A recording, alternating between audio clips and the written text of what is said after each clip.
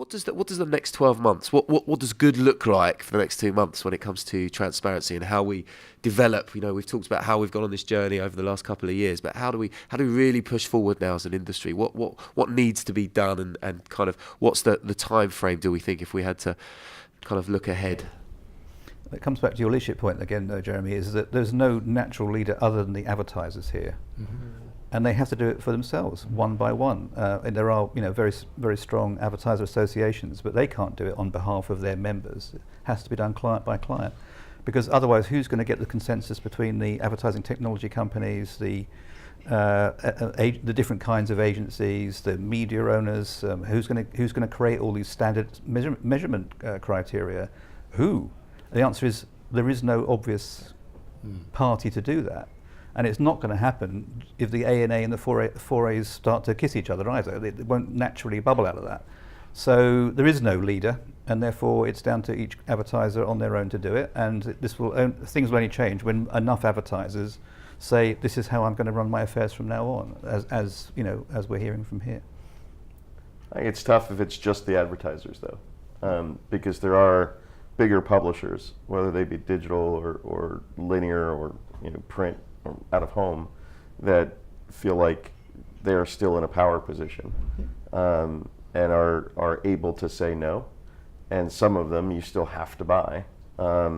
So that's why I think what we've been doing, playing the Switzerland role, is so important. I think you really need to have the advertisers drive it, and they need to stress how important it is. But you need to have the others around the table so they understand why you're asking for it. Not that they don't, but having them be part of the conversation, I think, speeds this along. I think on the ad tech scene, I think within 12 months we'll see significant shifts in how people approach transparency, how they embody it as organizations. And I think we've already seen from 12 months prior, fortunes change fairly significantly with players embracing that more. So I only see that accelerating for the next year. I agree that as advertisers we need to take things in our hand, but also what will let's say complicate matters is the entire area of privacy, which we haven't discussed today. But with things like GDPR coming in May of next year, we really need to see how all these things need to again be mashed up, possibly to be compliant, because as an advertiser we are absolutely clear that we need to adhere to all data privacy rules. So it's an interesting space to watch the next 12 months as well for us. And I think the other thing is, I think as transparent businesses demonstrate efficiencies and benefits to people, then people will start realizing actually it's a good place to go. That's right. It was interesting. I was judging an awards recently, not one of yours, sorry.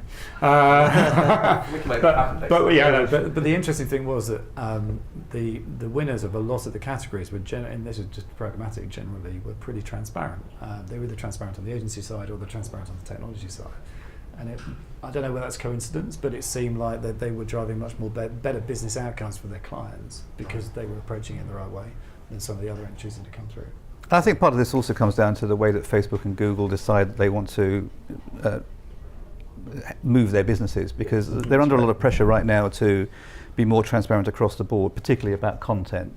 And I think if they decide to take a leadership position in the marketplace and be more transparent in the way that they conduct advertising business, that'll force the whole industry to go the same route. Whether they will or not, I don't know, but if they do, that would be a fantastic leap forward, because those two are driving the entire industry right now, and that's not going to change anytime soon either.